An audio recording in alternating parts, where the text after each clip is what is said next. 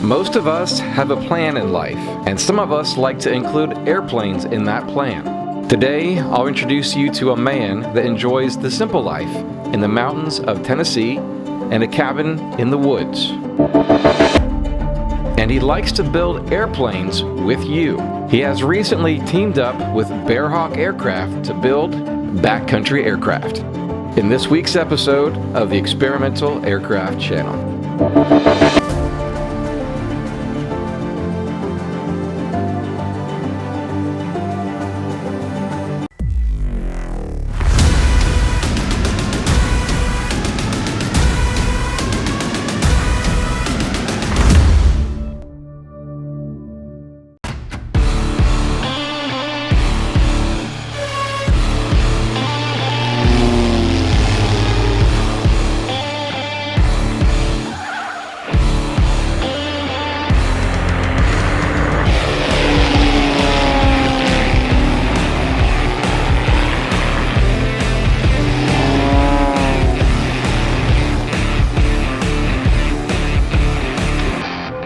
All right, everybody, so it's been a little bit since we stopped by and visited Kris here in Linden, officially Tennessee, at STOL IT Aircraft, home of this beautiful machine behind us. But there's some new additions that we need to get into that's happening here at Kris's place. All right, Kris, so for people that are brand new to ever coming across you, even though we've been doing lots of videos together over the years, explain really quickly what you built, what is behind you.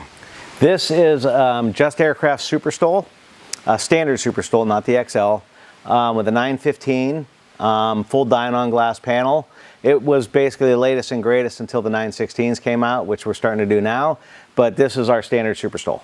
Okay, and everybody watching, you may have seen this because Kris has been at many national STOL events and showcases at air shows, and it's been kind of in the limelight a little bit. It has been in the limelight a little bit, so, and we're probably going to be on Flying Magazine next month, I think it's going to be, so it should be on the cover. Hopefully that works out and it comes out and they do a good job with us. Awesome. Well, let's show them the brand new offerings that STOL IT Aircraft is going to be having here soon. Perfect. All right, so what you're standing in the middle of here, especially the one in front here, is quite a bit bigger and heavier than any of the other Just aircraft you've been working with in the past. So what is it? These are BearHawks. So we have recently, as of Oshkosh this year, struck a deal with BearHawk to be their builder assist facility. So we are just currently got 3 BearHawks in the shop. One's out being powder coated, but we have a 5 and a patrol that we're gonna start doing customer builds and in-house builds. So you're really jumping right into this. I remember seeing you at Oshkosh and you were talking about maybe this happening with Virgil. Next thing you know, you have 3 kits delivered to your shop. Yeah, we went out there, we talked to him at Oshkosh, and we kind of talked about what he wanted to do and what we might be interested in doing. And then of course I told him I had to go out to his facility and I wanted to fly him first before I made any decision, because if I'm not passionate about something, I just can't stand behind it, which we did. We went out and spent a week out there and I got to fly all the models. You flew all of them? All of them, every one of them, and I was thoroughly impressed. And of course, you know, we love Just Aircraft. I'm a dealer for Just, and we always will be. But, you know, as a builder assist facility, we have to make sure that we stay busy, you know, and keep all my guys busy. So we thought it'd be good to expand a little bit and give people a different offering, because, you know, BearHawk, the nice thing about BearHawk, they're still a bush plane, but their envelope is so much bigger, from a 2-seat LSA that they have up to the 6-seat. And their, you know, their speeds, you know, with a 38-mile-an-hour low stall speed up to 150-mile-an-hour cruise speed, really kind of increases what people look for. So I thought it would be a good addition to our shop. Yeah, and then something else other than just a typical 2-seater option. You exactly. Got 4 all the way up to 6 with the BearHawk 5. Correct. So which different models did you pick up or have delivered here at STOL IT Aircraft, and what is this one we're standing in front of? This one is a Patrol, which is basically a 3-seat, single seat up front, a bench seat in the back. When we got delivery, when Virgil came to see me the first time, he brought me a companion to build for myself. And then we quickly sold a couple other ones, and these are our 2 first customer planes. This one belongs to a guy in North Carolina, and the one beside it, the 5, is a guy that lives in Alabama.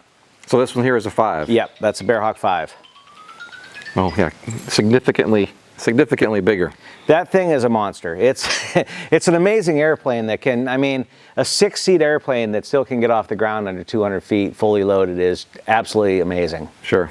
So with the BearHawk, are you basically doing the same thing with the Just, basically from start to finish? We are. Fly it out the door? Correct. We'll do anywhere from, you can come in and we will teach you and show you how to build your own, to fully built customer planes, and then we're doing a lot of the 2-week to taxi, which, you know, the builder comes in for 10 days up front, 10 days on the end, and that meets their 51% rule, and then we can finish it for them. So we're going to do pretty much anything in between. As well as we're also, you know, Virgil's open to wanting to make these more STOL capable. So, you know, he asked us to, any input that we could give him to help him get better, you know, just better handling, better STOL performance, things of that nature, he's very open to, which is nice because that's kind of our forte. And I want to start putting these in national STOL and really showing them out, see what they can do. That'll be nice to see some more of these out at the competitions for sure. Going into the kit, this comes as kind of as an advanced quick build kit, right? Yeah. So you can kind of show us through, it's kind of a unique delivery. I see here next to you how the wings come. The wings, it's amazing how they do these. They ship them out this way, so when we get them off the truck, they're fully protected. The wings are mostly assembled. There's some cabling you have to do, running all your, you know, landing light wires, your wingtip wires, doing some pulleys, minor stuff, and then the wings, other than that, are pretty much complete. The flaps are built. They're not covered yet. The ailerons are the same way. They're built but not covered, so it's a very good quick build option that you can do. So really what is left with the wings is it looks to me that they're already skinned. Is there like only one panel left open to finish up? They basically, what they do is they temporarily rivet the bottom skin on. So you just drill out those temporary rivets, open the wing back up, do all your, you know, your plumbing for your fuel tanks, you know, your little bit of wiring and rigging that you have to do. Then you just finish riveting them back together and they're ready for paint, primer and paint. Okay, and then obviously behind you is how the airframe comes. What would you dive right into with the airframe as far as your build out? We start, I mean, the way we're starting, and obviously we had to retool things because, you know, the way these airframes are, we were kind of all set up for always just aircraft. So just build new rotisseries and some stands and stuff to get ready for it. And then when you start these airplanes, you know, their airframes come very complete and they're almost at a quick build stage. So you just have to basically start pulling some of the temporary panels off that they have, these door frames and stuff. They just put these on temporarily because you have to fabric and paint underneath of them, powder coat them. And then you just start like most kits. You start with your floorboards, just doing your floorboards and your stringers and some of the interior stuff to try and get it ready for fabric. So anything you can do ahead of time saves you in the end process, that you don't have to crawl back in a finished painted airplane and worry about damaged things. So previously with the Just Aircraft platform and airframes, you've been working a lot with Rotax. With these, you're going to have to work with a bit bigger options. Now the Patrol, I think, can handle a 916 will work on the Patrol. But anything above that, you're going to be going to a Lycoming Continental type? Correct. A lot of them, most of the Patrols have typically been 180 horsepower, you know, Lycomings of that nature. The 5s are the 0540s. So we're always open to different engine options, and hopefully some things will pop up that are better options, maybe cheaper, maybe just more reliable, who knows. We're just going to always keep our eyes open. But the more we can fit, especially the Patrols and the LSAs with Rotax, we're going to try and do it. Even the Companion, I think if I shave some weight off it, I think the Companion, which is a 4-seat, it's 2+2, may be able to fly on a 916. Hey everyone, I want to pop in real quick and just kind of give you a little motivator to work on your project, if you have a project. And if you don't, maybe consider getting in touch with one of the manufacturers and buying a set of plans or a tail kit or something just to get going. We have a lot of time coming up here soon over the holidays that you could be inside in your shop working on an airplane. But in the meantime, let's give a big shout out to our sponsors. Dynon Avionics at Dynon.com, the premier provider of glass panel avionics systems for experimental and light sport aircraft. And visit our website at experimentalaircraftchannel.com for new videos and easy to navigate playlists and so much more. All right, Kris, kind of jumping around here. This is newly built construction here. Well, newly finished, I should say, because you've been working on this for a little bit. And I noticed as I came here today that the floor is like super shiny. So this kind of is the end of the construction. This is the end of construction. We have one small building, well, one more building we're putting up right now. It'll be our paint shop. Besides that, we've got pretty much everything else done, and we are fully open for business, and we dove right in, head first. So how big is this hangar we're standing in? This is 100 by 80. 100 by 80, massive and fully insulated. I noticed when we walked in here, this is insulated more than most hangars because it's kind of a dead room. It's quiet in here. Yeah, it's absolutely quiet. We insulate it really well because we do get some cold weather up here. Not horribly cold, but cold enough that, you know, if you can save on heat, you know, air conditioning and heating, it helps a lot. So we insulated it really well, went a little bit extra on the build to make it a better building overall. Well, let's do kind of a walk and talk through your hangar and through the other buildings to kind of showcase what's happening now and in the future. Perfect. So we got, you know, we do a lot of things. We do, as far as Just Aircraft, BearHawk, we also, anybody wants to build a kit, any off-brand, name brands, Zenith, Rands, any of them, we'll help you do any of them. We kind of just, we really like the build process, so we're open to anybody bringing anything they want to do. We have a S7 here we just did some work on, put some new gear on, and doing some things for a friend of mine. But we're doing, you know, people are reaching out to us with all these different aircraft. And I said, you know, if we're going to do a builder assist, we might as well try and just keep our minds open and try and get everybody encompassed to come in and visit us. So I don't care what you have, if it's a Vans, a Rands, you know, anything, bring it on. We'll help you build it. We'll help you get it out of the door and go fly. Okay, and this building, you were saying that it's going to be kind of focused on the finish end process, where after all the hard work of, you know, sanding, grinding, painting, welding, whatever is in other buildings, and this is kind of final assembly. Final assembly, yep. Yeah, which is why it's so stinking clean. And I am a little anal about that, I know, but a clean shop makes it fun to work out of. Yeah, I see that we have mats on the floor here to wipe your feet as we walk into the hangar, which is great. I love it. That's right. All right, so moving back through the hangar, you've got a little office set up in the back, and what's kind of like your grand plan for the rest of the build out? We eventually we're going to enclose our office space and put an apartment above it. We do have a lot of living quarters here, and we're adding more living quarters as we go. For builders, when you want to come out and build, you have a place to stay. Because this is going to be a full service shop, so you can come here and not have to leave, except for to get groceries, you know. So we offer cabins, campsites, we'll have apartments, we'll have pretty much anything. So if you want to explain. So what's the next building we're walking over here? What's the purpose of this building? This actually, because we had such a problem with my hangar when we built the hangar, we had some issues with it. We ended up putting up a building to work out of in the meantime. So now this was our temporary build facility. Now it's where the builders start to do their kits. And then when they're past paint, we bring them into the big shop. But this is actually going to be turned into our paint shop.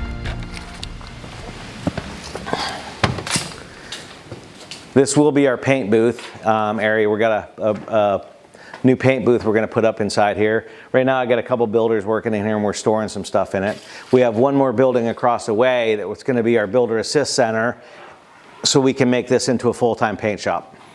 So you got another project. Yep, this is a Super STOL as well. A customer right here in Tennessee out of Franklin is building this. He's about ready for fabric right now, so we got a lot of projects going on. And this is what the wings look like, the metal wings for the Just. For the Super STOL, yep. Nicely put together here. And these are ready for fabric. Ready to go. Yep. And of course we have a couple more sets of BearHawk wings for the other two kits that are in the shop. Wow. Which they ship these things fully protected, and they do a good job. Yeah, that's a lot of steel there. So they don't ask for these back, so you can build a lot of scrap metal to play with here. Well, we make, you know, because we make a lot of rotisseries and other stuff, it's really free steel, so we can, you know, make more stuff to play with. So Kris doesn't stand still at all. He doesn't let grass grow under his feet. Oh, also because there's a lot of gravel around here. A lot of gravel, yeah. So we can't have grass under our feet. So we're on top of a hill here, by the way, which I'll show some footage of that. Always a breeze, which is amazing to have some crossflow up here. But this is the future home of your paint booth. This will be our builder assist center, and that's going to be the paint shop. But yeah, this is going to be our new 50 by 50 builder assist center. So all the guys, when they first get here with their kits, we'll put them in this shop, get them through all their basic build process up until fabric. Once they do fabric, we'll put them in the paint shop, and then from the paint shop they go into the big hangar for final assembly. All right, everybody, so I just want to take a second to show how much work Kris put into this. This is literally probably 10 or 12 feet of dirt. About that. We brought in about 100 loads of dirt to level this out. Yeah, because we are really on top of a small mountain here in Tennessee. So to level off anything, you've got to either mow the dirt down to flatten it out or bring in more dirt. So we do everything. So I'm during the day I'm loading dirt, carrying dirt, moving dirt, and now we're ready. We finally got our pad ready, so the building should go up in a couple of days. Yeah, you're really putting a lot of effort into this being a true STOL experience. It is an airplane experience. It is, and having the right tool for the right job really helps. Yeah, that makes a big difference when you can push dirt around at that rate. So one of the cabins you just mentioned is right over here. I understand you're kind of just finishing up some of the remodel. You said you added on.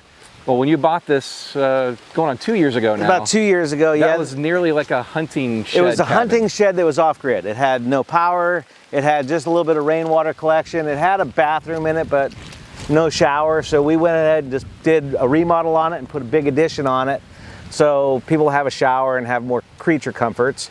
It is still off the grid. It's got solar, it's got rainwater collection, but it's also on the grid and has water running to it too, so we can kind of make sure everybody has what they need when they're here building. So that's the thing, that this is kind of a unique experience to come here. You get the rural cabin wilderness experience along with building your STOL aircraft. Exactly. We have campsites. We have, so you can come and do whatever you want. You want to bring your RV, bring your RV. We have water, sewer, everything hooked up for you. Or you can camp in a tent, or you can rent one of our cabins. All right, just to jump in here real quick, I wanted to show what I'm calling Kris's kind of asset here. You would think that having this little porta potty here would be like part of the construction process, but it's not. It actually has a unique purpose. So you want to show us, Kris, your asset that you've got going on here? This was actually, anybody that's ever took on a project to this scale might understand what kind of work this is. But we had to, when we were doing the cabin, we had to have builders here, and they didn't have a shower. So I ended up finding this, which is an awesome shower, pre-built, ready to go. You can set anywhere. And then of course we're going to use it now that the cabin has a full shower. We're going to use these for campers and anybody else, because you do fly-ins. People always need to take a shower, so we need to have an extra one around. So, but this, for what we needed it for originally, was amazing. Absolutely amazing. Self-contained shower. So when Kris first walked me over here, I was like, I guess he's going to use the restroom, right? And like, what are we doing? He opens the door. I'm like, I'm not going there with you. And then the shower appears. I'm like, you kind of have like a Narnia closet. I was expecting to see after that like another hole in the ground to go to some fallout shelter. So what do you think, Kris? Can this be your fallout shelter? We're going to do that. We're going to be able to shut the door, tilt this back, and you'll be able to go into the entrance of our storm shelter, not our apocalyptic shelter. I told him maybe you should have the toilet tilts or something. Yeah, the toilet will tilt up and you go right down in the hole. And that'll get to your shelter. So another point of interest when I show up to visit people is unique tools or tooling or whatnot. And obviously these yellow apparatuses here kind of stick out and pop off the floor. What is this, Kris? These are rotisseries. So Virgil from BearHawk, when I went to visit him, we build our own rotisseries for most of our stuff here, which are the ones in front. But we're always looking for something that might be quicker, a little bit better, you never know. So he found these are actually from Jegs. They're auto rotisseries. You can put a car body on them. And they fully articulate every which way. And they're actually a very nice way for a home builder if he didn't want to, if he doesn't have welding capabilities or anything like that, to make their rotisseries for wings or for fuselage, so you can work on it and for when you go in to do paint work. That is awesome. So obviously if it can handle a car body, it's going to handle an airplane. Yeah, I think they're rated at something like 2,000 pounds each, I think. Yeah. Yeah. That's pretty costly. Yeah, they're way overbuilt for what we use them for, but I figured we'd try them and see how they work out, so. All right, so rolling into another question here is how is the runway looking? Because last time we were here, you were finishing up that it was dirt and gravel, and you actually have it seeded now. Yeah, and now we're trying to get rid of the rock farm, and we finally were able to seed it this spring, early spring, and it did really well beginning of the spring, and then we had a big drought, and it kind of died off a little bit, but it's came back, and it's actually, the grass is coming in really nice now. That's awesome. You sit on approximately 200 acres here, correct? 200 acres, yep. And of those 200 acres, you've got several, let me show this in another video, like fingers or ridges, if you will, along that. So moving forward, you're going to have all kinds of options to land here. Yeah, we're going to do, the next is we're hoping to put a 3,000 foot runway on what we call Ridge 2, which is the next ridge over. It's very long, it's very flat, it's fairly wide, so the next project is we want to do a really long grass runway there so we can get, you know, RV-10s and some of the bigger aircraft in and out without any issues. And then we're also going to probably build more cabins over there. That'll be more fly out type cabins so we can do STOL events here. And if you just want to do like a bed and breakfast, fly in, spend a week, weekend, whatever, we're going to try and offer that as well, because, you know, we're up on a mountain. It's beautiful Tennessee. There's a lot of stuff to see around here, and it's a beautiful location. Yeah, and at nighttime or morning, you can go and probably hunt yourself your own turkey. You can hunt turkey and deer. We have, you know, lots of wildlife around here. Okay, well, there's kind of a new, fresh update for STOL IT Aircraft and Kris. Obviously, we've done lots of videos together because there's lots of interesting things happening here all the time. Absolutely. I was saying off camera, Kris really doesn't let any grass grow under his feet at all. He's always moving and grooving, and I'm taking notes from him because he gets stuff done. But I want to mention also that you have pretty much decided, like, this is going to be your forever home. This is. And you are really investing pretty hard into that. We are. The infrastructure, basically, if you want to call it that here, we've put a lot of work into getting this place set up. In a short amount of time, it's amazing what we've been able to get accomplished here. And we think it's going to be a good facility for, you know, everybody. Whether you want to just fly in for a weekend, you want to build, you want to do anything. We kind of want to open it up to that whole airplane community. STOL, we love STOL, but we want to open it up to everybody. So if you want to come in and, you know, do maintenance, do a build, do just vacation, that's what we want to do. We want to share this experience with everybody. Yeah, and just to keep the momentum going with Kris, I appreciate all of y'all to give him a call and ask about the runway. Come in, and he actually likes to have people visit. There's some people that have their own personal runways, like, don't fly into my airport, right?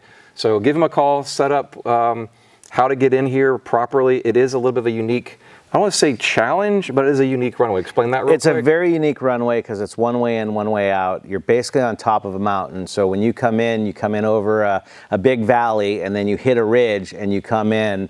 And it's, you know, it's very wide. It's 100 feet wide, but there are very tall trees on both sides. So if you're not familiar with mountain type flying, there can be rotors. There can be a lot of other options. You just have to know what you're doing to come in and out of here. So we just basically ask you to give us a call, and we will say, yes, you're checked out to come in. No, we really don't want you to, but we get a lot of people in, and we really want people to come in and visit. You know, and there's there's a city airport. The Hohenwald Airport is only a stone's throw from here. You can meet up there and kind of go through. Yeah, we have Hohenwald, which is 8 miles away, and we have Linden Airport, which is about the same, 8 miles away. And either one is a very good option. If you're not sure, come land. I'll come in. I'll fly in with you once or twice. Make sure you're good to go, and then you're welcome to come in and out whenever you want. You know, it'd be a great idea, is we should get together and organize a fly-in here. That's what we're trying to do. Fly in and camp out. Yeah. And invite everybody out. We are trying to do that. That's going to be on our radar for this spring. We want to get 2025 and have a big fly-in, and we'll do some flying games and maybe some STOL events, and we'll go around, and there's a lot of good grass fields around here we can go hit and just come have a really good time. We'll have to work on that. Yeah. All right. In the meantime, appreciate you all stopping by the Experimental Aircraft channel again. And Kris and I, of course, will be making more content as he gets the BearHawk platform up and running. Up and running, yeah. And where can they get in touch with you online? STOLITAircraft.com is our website, or just stolit@yahoo.com is our email, or just give us a call. Our number's on the website. Thank you to our patrons over on Patreon and co-pilot status 10 Ted 10. I should start doing outtakes or something. Yeah, really. Yeah, that would be funny, actually. Click. Yeah, have some little kid come out there and be like, take 55. Take 55. This isn't working.